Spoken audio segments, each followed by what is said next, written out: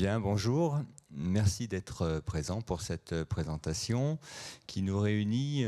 Donc, on est 3 sociétés à se présenter devant vous pour cette petite présentation d'un projet particulièrement original sur lequel nous avons déjà un peu de recul qui nous permet donc d'avoir un retour d'expérience à vous présenter aujourd'hui. Rapidement, pour vous présenter, j'ai à côté de moi Sébastien Barbato, qui est directeur technique et d'exploitation au Rocher Mistral. Je suis Paul-Henri Bernus de la société Audiovisite et Béchara Yared, qui est donc CEO de Look2 Innovate. Nous avons donc 3 quarts d'heure à vous consacrer sur cette expérience particulièrement originale sur un site qui peut se rapprocher un peu du Puy du Fou, si vous connaissez.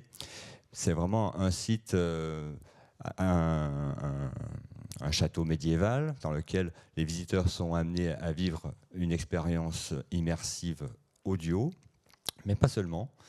Et il y a eu tout un challenge qu'on va vous présenter en 3 parties. Je laisse Sébastien vous présenter la problématique. Bonjour.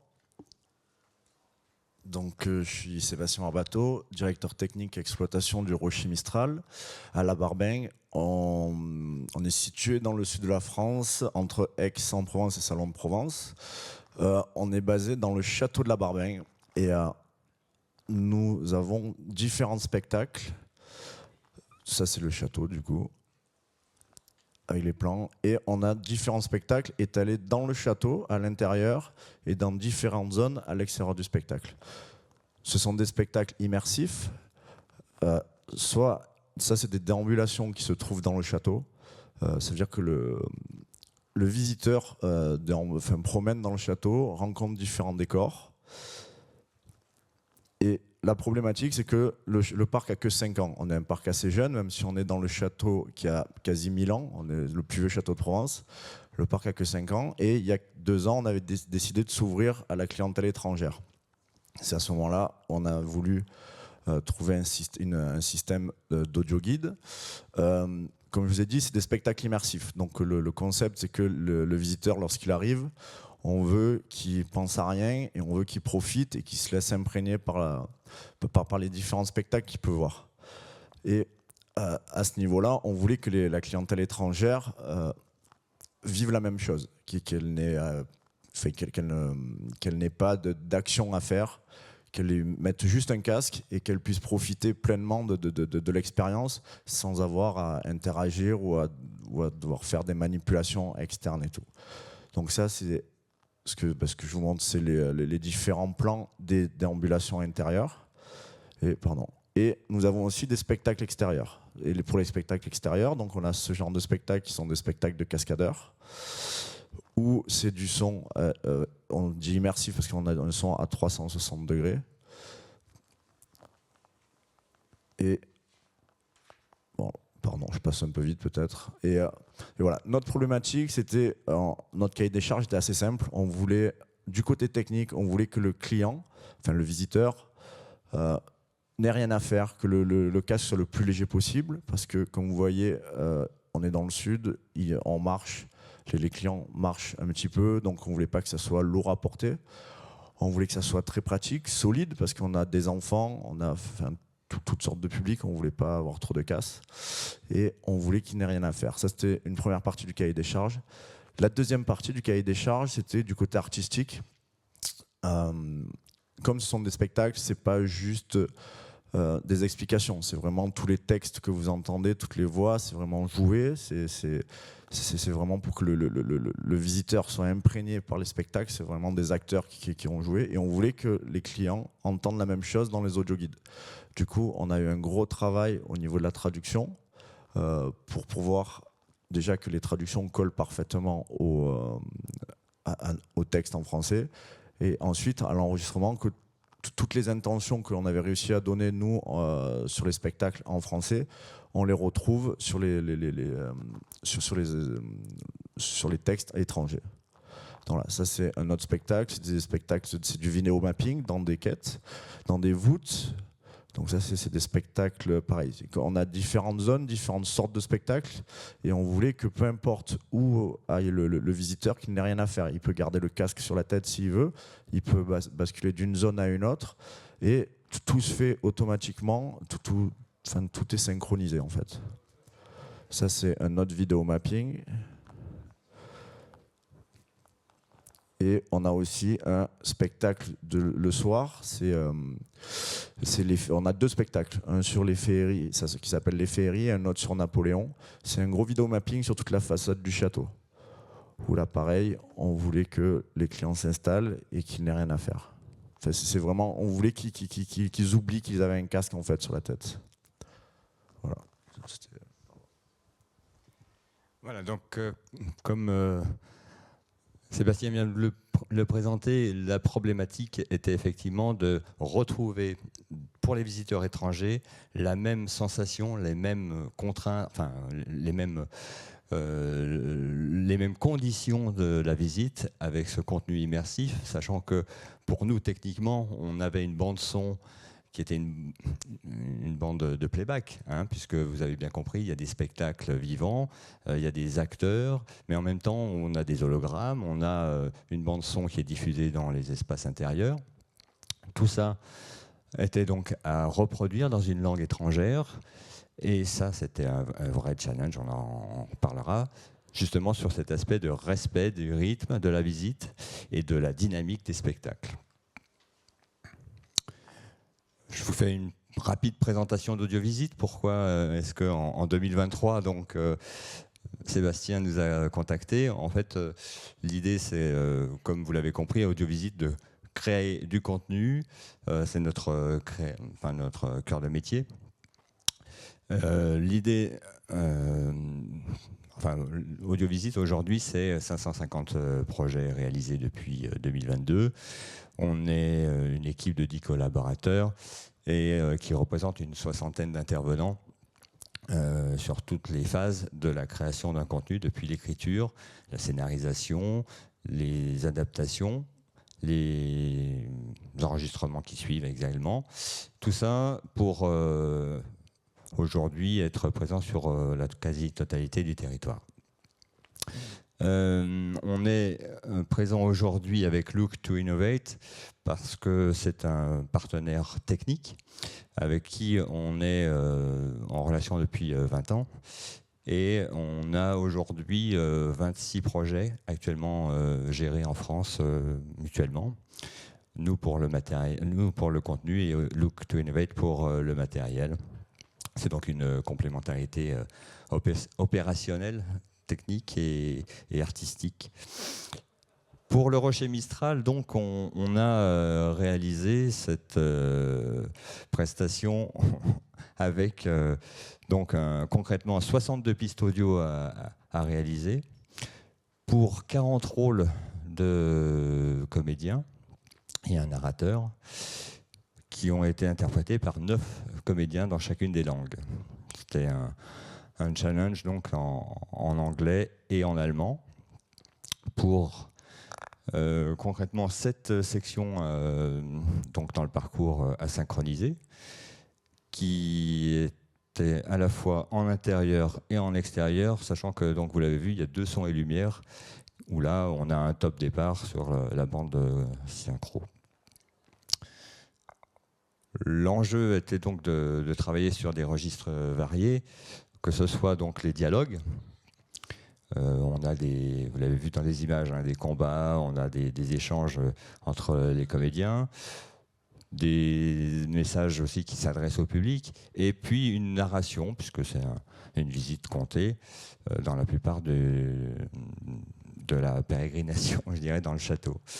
On a donc un gros travail de traduction qui a été fait avec une agence avec laquelle on collabore, où là, le gros travail a été de travailler sur ce respect du rythme de la visite, de la dynamique, et de retrouver en quelque sorte un équivalent quand vous avez une phrase en français, pour que la phrase en allemand, qui est forcément plus longue, et la phrase en anglais, qui est légèrement plus courte, puissent rester dans le même rythme de la visite. Donc ça a été un gros travail à la fois dans l'écriture et dans les enregistrements après en studio Concrètement, on a travaillé sur un planning de 8 semaines. Là, je vous ai un peu présenté un peu le déroulé de ces échanges avec le Rocher Mistral. Un gros travail de préparation, évidemment. Un travail d'élaboration du casting et des rythmes donc de la visite, une validation de ce texte. Et puis, sur à peu près 16 jours d'enregistrement et de post-production, le travail avec les comédiens voix off et les comédiens de jeu. On a eu un gros travail aussi d'échange pendant cette période de production, de manière à bien valider le travail de rythme pour ces deux versions. Et ça a été livré dans les temps. On est sur, là je vous présente un peu nos studios. Concrètement, l'enregistrement, cette phase d'enregistrement a représenté 20 heures en studio, réparties sur 8 journées. Et à titre d'illustration, voilà, vous pouvez voir un déroulé de cette séquence d'enregistrement en synchro sur ces 7 scénettes, on va dire. Un gros travail de production, de post-production étalé sur 5 journées temps homme, où là aussi on a un gros travail de nettoyage, chose à laquelle on tient beaucoup, et de placement des séquences pour une synchronisation concrète, donc par rapport à la bande en français, qui a représenté 16 heures sur 3 journées. Je vais passer la parole à Béchara pour la suite. Bonjour, voilà, je représente Look2Innovate, qui est le fournisseur de la technologie qui a été utilisée pour réaliser ce projet. Et ça ne marche pas? Allô, allô? Ça marche? Oui, oui. Ah. Et puis, en fait, le défi ici, c'est pas seulement de synchroniser avec disons, un film vidéo ou un emplacement ou plusieurs films. C'est un projet qui est complexe. D'abord, les séquences chaque jour sont différentes par rapport au nombre de visiteurs, par rapport au programme. Il y a des journées où ils ont plein de visiteurs, ils font des séquences plus courtes ou ils sautent des programmes. Notre système doit s'adapter à tous les scénarios possibles. Ça, c'est à l'intérieur du château, dans la déambulation. Mais aussi, dans cette déambulation, il n'y a pas que des films. Il y a des pièces de théâtre qui sont jouées dans des salles différentes, bien sûr rythmées, mais il faut tenir compte de toutes ces contraintes. En plus de la visite à l'intérieur du château, il y a les activités à l'extérieur et le même produit doit aussi synchroniser parce que souvent c'est un produit qui va rester pendant des heures avec le visiteur et si le visiteur décide de sortir et de regarder par exemple le spectacle où il y a que vous venez de voir un spectacle n'importe quel spectacle à l'extérieur, il doit aussi synchroniser. Et de plus, le soir, quand il y a les spectacles jeux, son et lumière dans les grands jardins du château, et c'est un espace énorme, c'est-à-dire c'est 120 mètres par 40 mètres, et il faut s'assurer que tout le monde déclenche. D'accord? Alors, techniquement, ce n'est pas facile à réaliser. Et ça, c'était le challenge. Maintenant, moi, pour commencer, avant de parler du produit, on a un film qui va vous montrer comment le projet se présente, comment les gens sont distribués les casques, et un peu, il va montrer leur parcours tout au long de cette visite. Peut-être qu'on peut jouer le film. Il n'y a pas de son.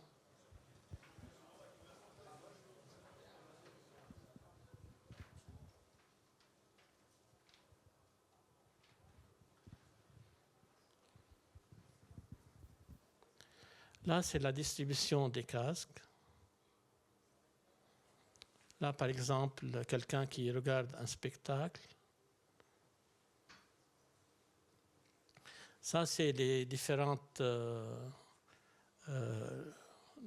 spectacles ou les choses qui se passent à l'intérieur du château, d'une chambre à l'autre.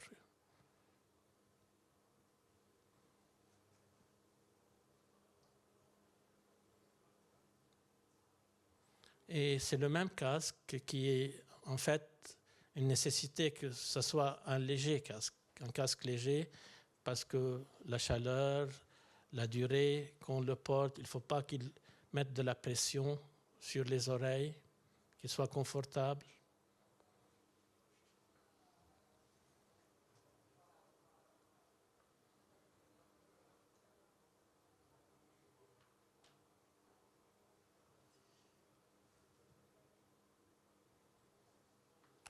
Et ça a permis de donner accès aux visiteurs étrangers, puisque au départ, pendant les premières années, ils avaient un accès pour les visiteurs français. Et puis là, ça a ouvert un peu la possibilité pour des visiteurs étrangers de faire la visite. Ça, c'est durant le soir, le spectacle son et lumière.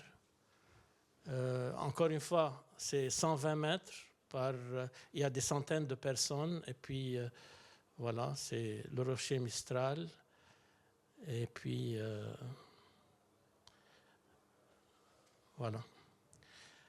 Maintenant, je vais présenter un peu le produit lui-même que vous pouvez voir ici.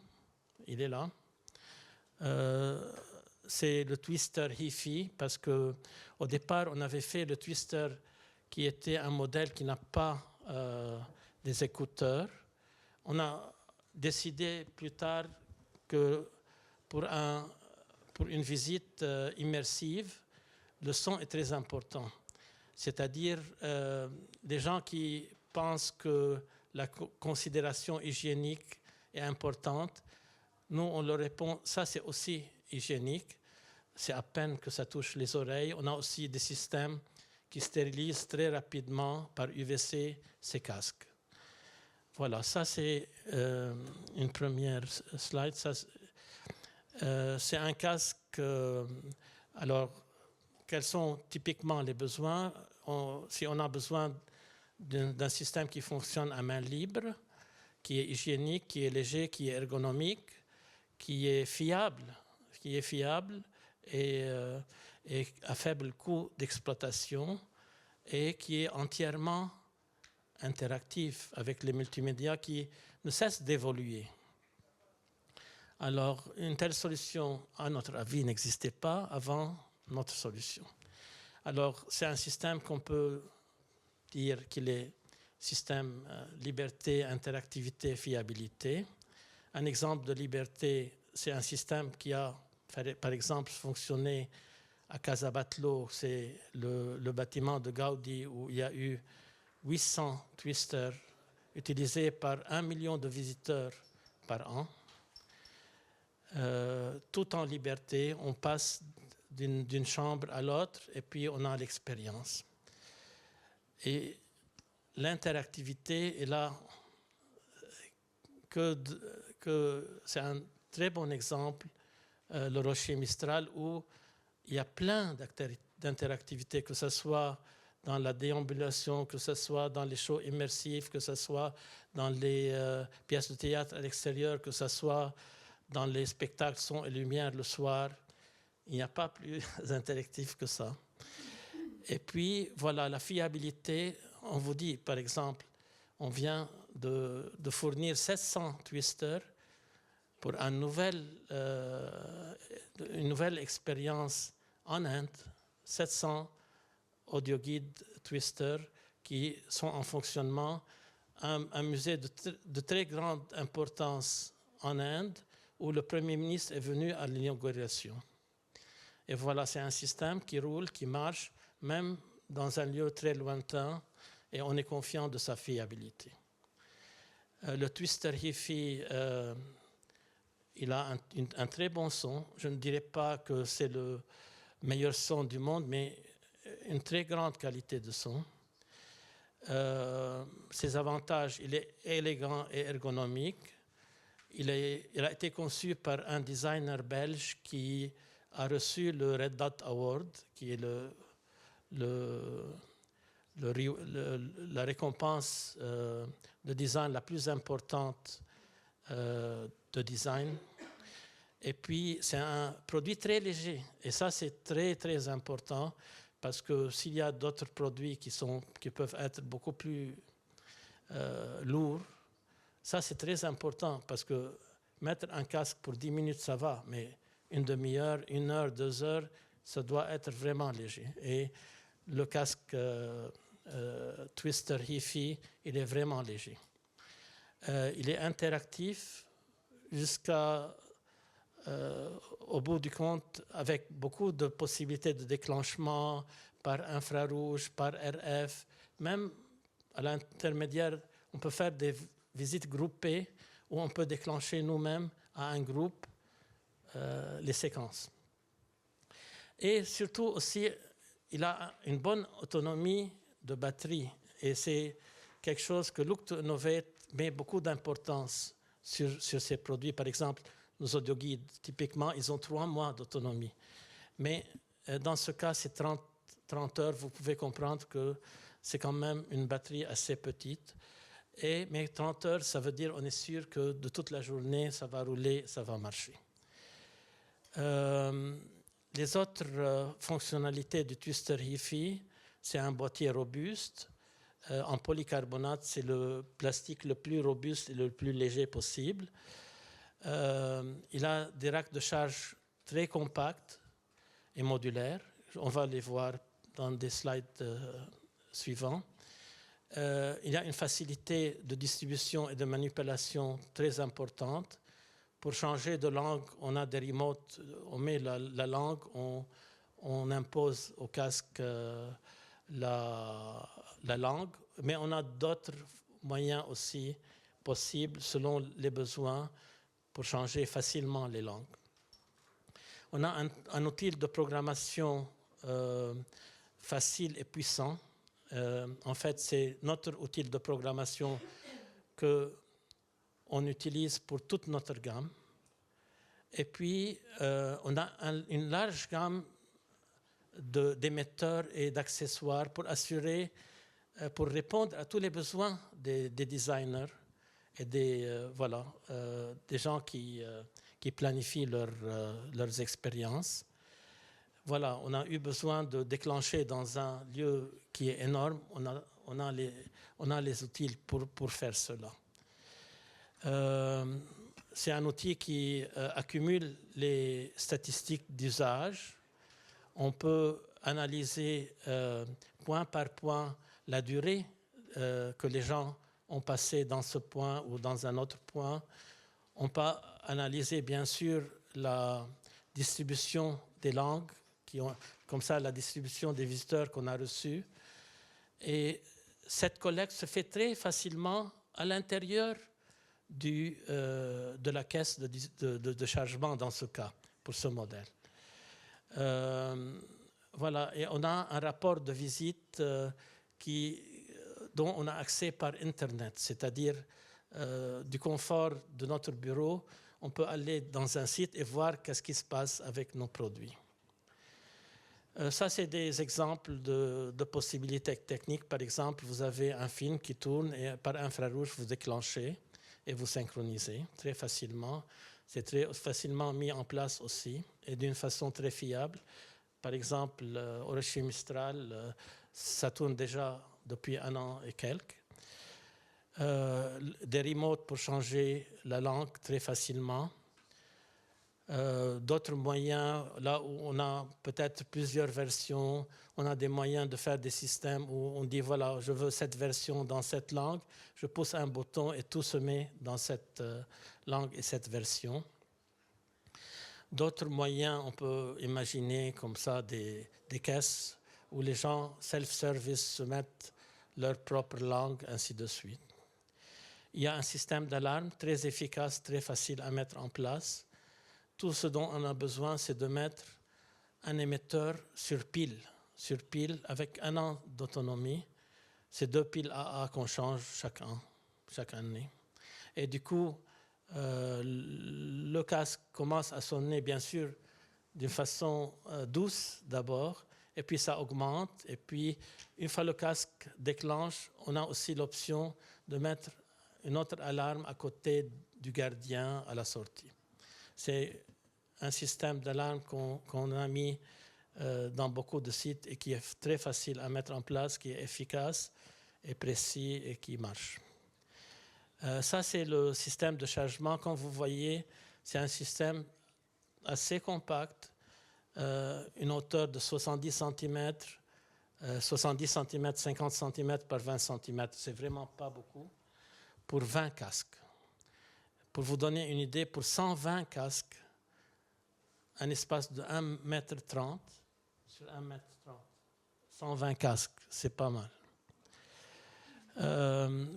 Ça, c'est le Lookform, notre outil de programmation. Il a un assistant pour prendre l'utilisateur par la main et le guider pour programmer les produits. Disons, par exemple, je vous dis comment ça se présente. Au départ, il vous dit, OK, où est-ce que vous allez mettre votre projet? Et on choisit un endroit sur votre ordinateur. Combien de langues vous avez? Vous lui dites 5, 10, 32, n'importe lequel. La première langue, vous la choisissez. La deuxième langue, il y a une liste de 32, peut-être 60 langues différentes qu'on est prêt, qui est déjà à l'intérieur du système. Et vous pouvez même choisir une langue qui n'existe pas, que vous pouvez créer. Et après, il vous dit, voilà, donnez-moi le contenu de la première langue, de la deuxième langue. C'est-à-dire que c'est quelqu'un qui vous tient par la main et à la fin, quand vous avez répondu et mis toutes les informations que le programme vous a demandées, vous êtes prêt. Tout est programmé. Et il suffit de copier les fichiers créés par le programme sur une petite carte. Donc dans ce cas, c'est directement de l'ordinateur sur les chargeurs et c'est copié sur tous les casques. Voilà, c'est un système qui est très puissant, qui offre les possibilités de programmer beaucoup de choses. Par exemple, nous, notre expérience, ça fait plus de 30 ans qu'on fait des expériences immersives et de déclenchement. Et puis, par exemple, il y a des besoins spécifiques dans la programmation. Par exemple, faire des messages qui ne peuvent jouer qu'une seule fois. Si jamais on passe par un endroit 2 fois, ou des messages qui ne peuvent pas être interrompus, ainsi de suite. C'est-à-dire, tout est fait pour qu'on puisse répondre à n'importe quel besoin de l'expérience.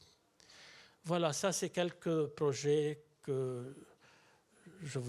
qui sont là, que je vous montre. Le Casa Batlló qu'on a mentionné, ça c'est un projet en Irlande, ça c'est un projet en Espagne, ça c'est un autre projet en Espagne, à Barcelone. Voilà, Look2Innovate dans le monde, à la Pedrera, au musée Munch, à Paris Musée, avec collaboration avec Alto, c'est une autre société en France, les Uffizi à Florence. On a beaucoup de projets à travers le monde et je peux dire que notre gamme d'audioguidage, à mon avis au moins, elle est très avancée et très compétitive. Voilà, on a gagné le Red Dot Award en 2022 pour nos audioguides Trend et Style. Et disons, ce qu'on aime dire, c'est ensemble, on est gagnant. Voilà, maintenant, je vous passe la main pour si vous avez des questions.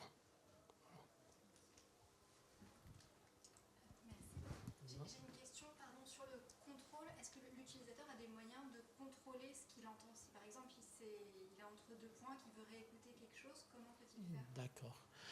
En fait, ce système en particulier, il est fait pour qu'il n'y ait pas d'intervention du visiteur, parce qu'il est fait à main libre. Il se déclenche par rapport à la position là où vous êtes. D'accord?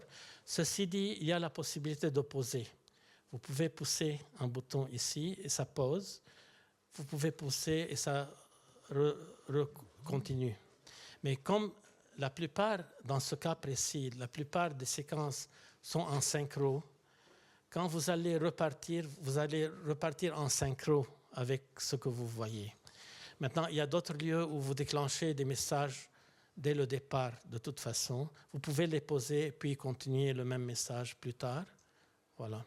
Maintenant, comme je vous ai dit, il y a plein d'options de programmation. Vous pouvez dire, voilà, imaginons que voilà, on entre dans une chambre et puis il y a un déclenchement et cet émetteur est toujours présent dans cette chambre. D'accord? Si vous restez dans cette chambre plus longtemps que le message, dans notre programme, on peut dire, voilà, tous les messages ne peuvent se déclencher à nouveau qu'après 1 ou 2 ou 3 minutes. Comme ça, même si vous restez 3 minutes de plus dans le même endroit, vous n'êtes pas dérangé par un message qui va se répéter. Et on a beaucoup d'options pour répondre vraiment aux besoins spécifiques de chacune des visites. Voilà. Excusez-moi, est-ce que vous êtes un peu inspiré du casque comme à l'hôtel de la Marine? Écoutez, vous savez que l'hôtel de la Marine, c'est un casque qui s'appelle RSF au départ. Et nous sommes RSF International. Vous comprenez? Nous étions RSF International. Et nous, l'expérience qu'ils ont fait à l'hôtel de la Marine, nous, on l'a intégré dans nos casques et on l'a amélioré. Voilà, déjà que notre casque, il est de 100 grammes, alors que le casque à l'hôtel de la Marine, c'est 240 grammes et peut-être plus, c'est 300 grammes. Et en fait, comment se passe le déclenchement? Parce que je me souviens de l'hôtel de la Marine, c'est connecté. Le déclenchement se passe par plusieurs moyens chez nous. Un, par infrarouge, qui est contrôlé par rapport au genre d'émetteur que vous utilisez, la puissance de ces émetteurs, l'emplacement que vous le mettez, et plusieurs choses qu'on peut contrôler pour contrôler la zone de déclenchement et de la limiter à des petites zones ou, au contraire, à des grandes zones.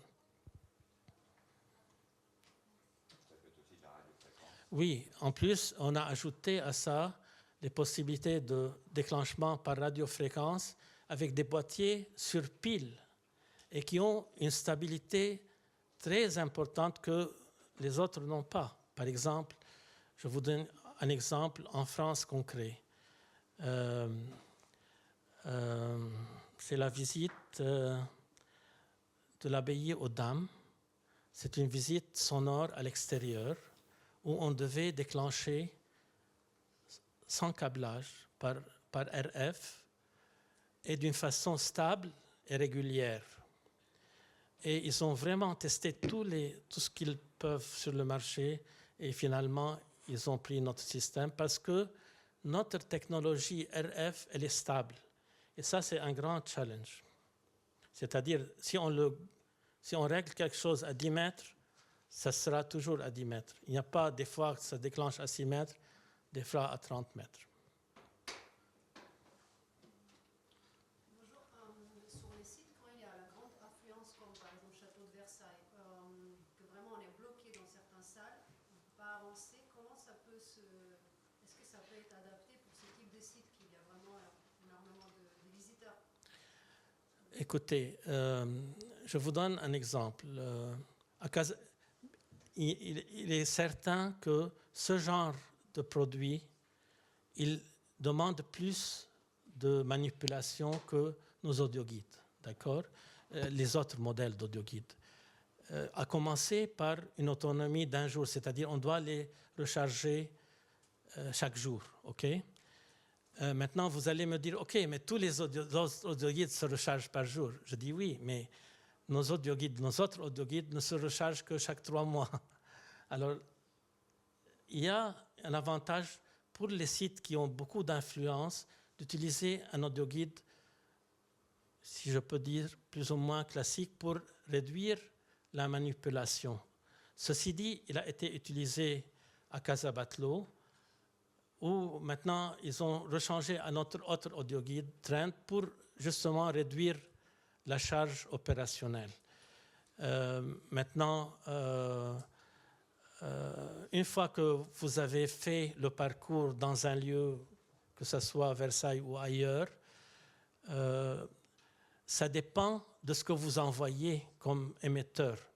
Et une option que vous allez pouvoir faire à travers d'un show controller comme le Rocher Mistral ont, ils peuvent arrêter des émissions et raccourcir le parcours à travers un show controller qui, des fois, fait fonctionner un émetteur infrarouge et des fois l'arrête quand on veut changer le parcours. Alors ça, c'est une possibilité aussi. Ça veut dire que quelqu'un contrôle en parallèle l'affluence des visiteurs? Oui, vous pouvez la contrôler à travers un show controller. Par exemple, je ne sais pas, je peux pas laisser Sébastien te... Oui, c'est vrai que nous, tous nos spectacles sont contrôlés par des show controllers, c'est-à-dire que c'est des ordinateurs qui contrôlent tout. Il y a des spectacles, on peut les jouer que 2 fois, 3 fois, jusqu'à 5 fois. En fait, on programme ça, et tout ce qu'on programme, nous, dans nos show controllers pour le public français, en fait, nous, on réfléchit même pas aux audioguides. On s'organise pour nos publics français, on rallonge les séances, on les réduit, on peut les multiplier si on a trop de monde.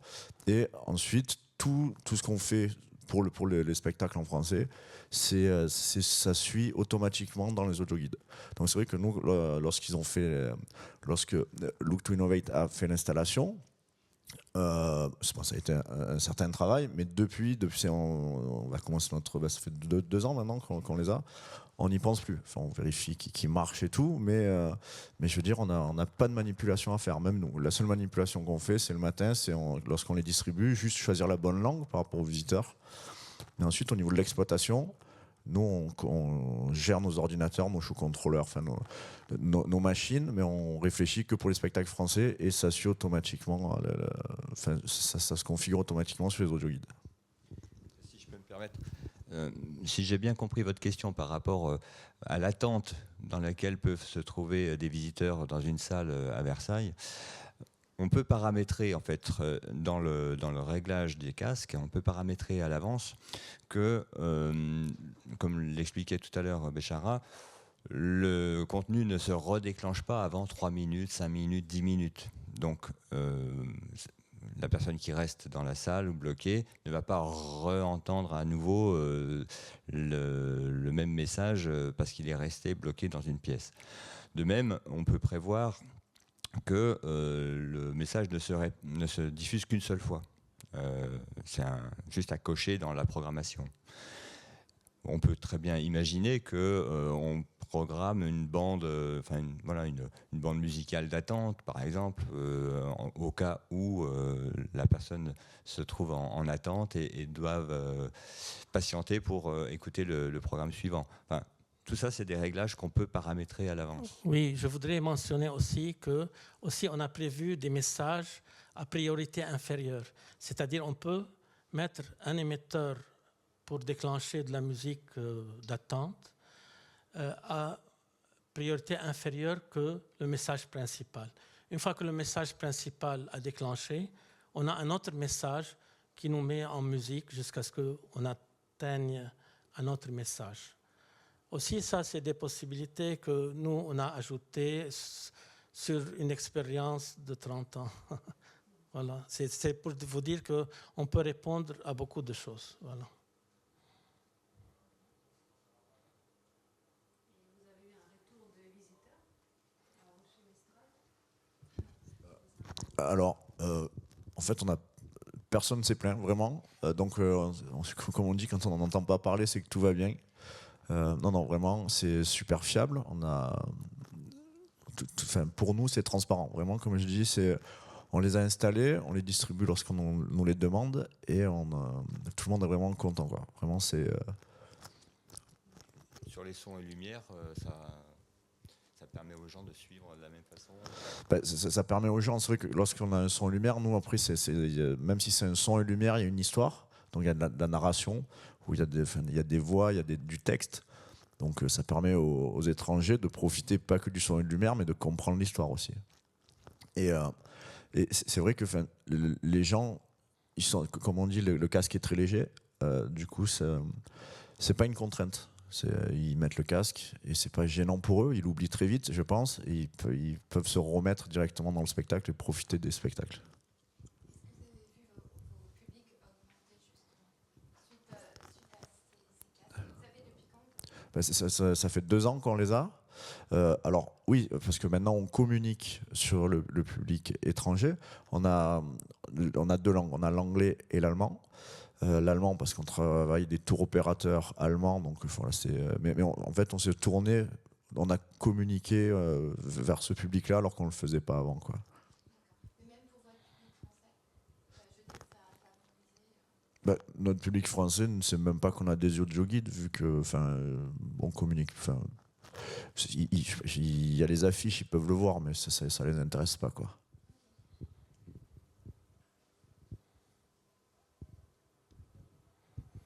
Et vous pensez le développer à d'autres langues si nécessaire? Alors, oui, on y réfléchit. On l'a pas fait cette année, mais oui, on compte bien. À chaque fois qu'on rajoute une langue, ça permet de se tourner vers une autre population. Et donc c'est toujours positif. Et c'est ça aussi, lorsqu'on avait créé, on était parti sur ces 2 premières langues. À l'époque, on en avait parlé. Et je sais que c'est facile. Il faudra tout refaire le process de recording, de casting et compagnie pour avoir le même résultat. Mais après, c'est assez facile à intégrer dans les audio guides. Je sais qu'on en avait parlé et c'est assez simple d'intégrer une nouvelle langue dans les casques, quoi. Je trouve aussi au niveau de l'écoute, même pour les Français qui ont des soucis d'audition, ça peut être un plus. Alors, c'est vrai, on y a pensé, mais pour l'instant, on l'a pas. Du coup, j'ai 2 petites questions. Une assez basique, il s'adapte vraiment à toutes les têtes, même pour les enfants. Oui, parce que on a cet adaptateur pour justement les têtes des gens ne sont pas identiques et on a ajouté cet adaptateur pour les gens qui ont bien sûr les enfants ou les gens qui ont une plus petite tête et en même temps on peut aussi l'augmenter. En général, on peut couvrir tout le monde. Et j'ai bien compris que la conception avait été faite en Belgique et la fabrication, du coup. Écoutez, ces temps-ci, on fabrique en Chine. Mais c'est... Voilà. On a 3 minutes encore. Moi, je veux bien, mais je ne sais pas si vous pouvez en parler, avoir des indications de budget aussi bien donc, pour toute la partie conjointe, conception et traduction, réalisation, et la partie matérielle et maintenance. C'est confidentiel. Après, un ordre de grandeur ou une répartition, on va dire que on est sur du 70 pour le matériel et 30 pour la conception-réalisation. %. Oui, en pourcentage, pas en milliers d'euros.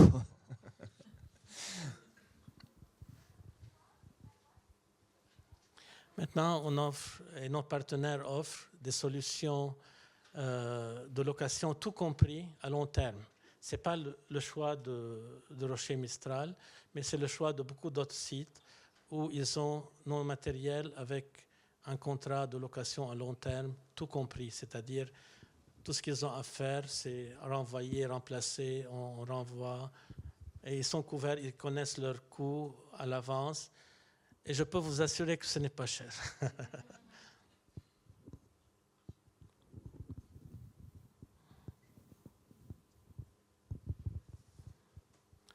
Voilà. Bon, si personne n'a d'autres questions, on va clôturer cette présentation. Merci. Merci beaucoup.